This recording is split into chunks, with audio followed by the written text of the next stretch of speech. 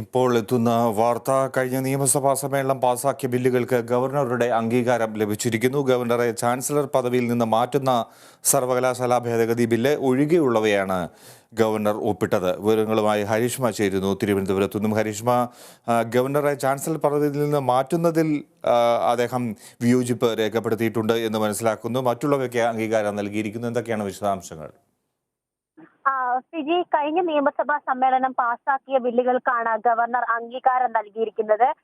ഗവർണറെ ചാൻസലർ സ്ഥാനത്ത് നിന്ന് മാറ്റുന്ന ബില്ലൊഴികെ, അതായത് സർവകലാശാല ഭേദഗതി ബില്ലൊഴികെ ബാക്കി എല്ലാം ഗവർണർ ഒപ്പിട്ടിരിക്കുകയാണ്. 15ാം കേരള നിയമസഭയുടെ 7ാം സമ്മേളനം പാസാക്കിയ ബില്ലുകളാണ് ഗവർണർ ആരിഫ് മുഹമ്മദ് ഖാൻ ഒപ്പിട്ടിരിക്കുന്നത്.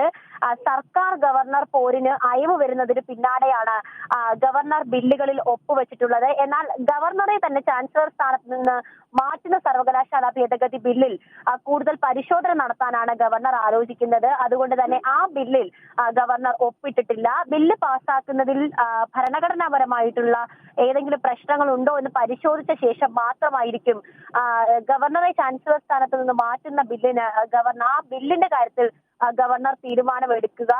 ബില്ലുമായി ബന്ധപ്പെട്ടിട്ടുള്ള ഗവർണറുടെ അതൃപ്തികൾ മാറ്റാൻ വേണ്ടി വരും ദിവസങ്ങളിൽ സർക്കാരിന്റെ ഭാഗത്തു നിന്ന് ഇടപെടൽ ഉണ്ടാകുമെന്നാണ് സൂചന ലഭിക്കുന്നത്. ചാൻസലർ സ്ഥാനത്ത് നിന്ന് ഗവർണറെ മാറ്റുന്ന ബില്ലിന് ഗവർണർ അംഗീകാരം നൽകിയിട്ടില്ല, അതിനൊപ്പിട്ടിട്ടില്ല. മറ്റ് ബില്ലുകൾക്ക് ഗവർണർ അംഗീകാരം നൽകിയിരിക്കുകയാണ്.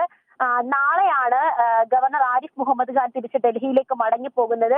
അതിനു മുൻപാണ് സർവകലാശാല ബില്ലുകളുടെ ഒഴികെ മറ്റ് ബില്ലുകൾ, ഈ സമ്മേളനം പാസാക്കിയിട്ടുള്ള മറ്റ് ബില്ലുകൾക്ക് ഗവർണർ അംഗീകാരം നൽകിയിരിക്കുന്നത്.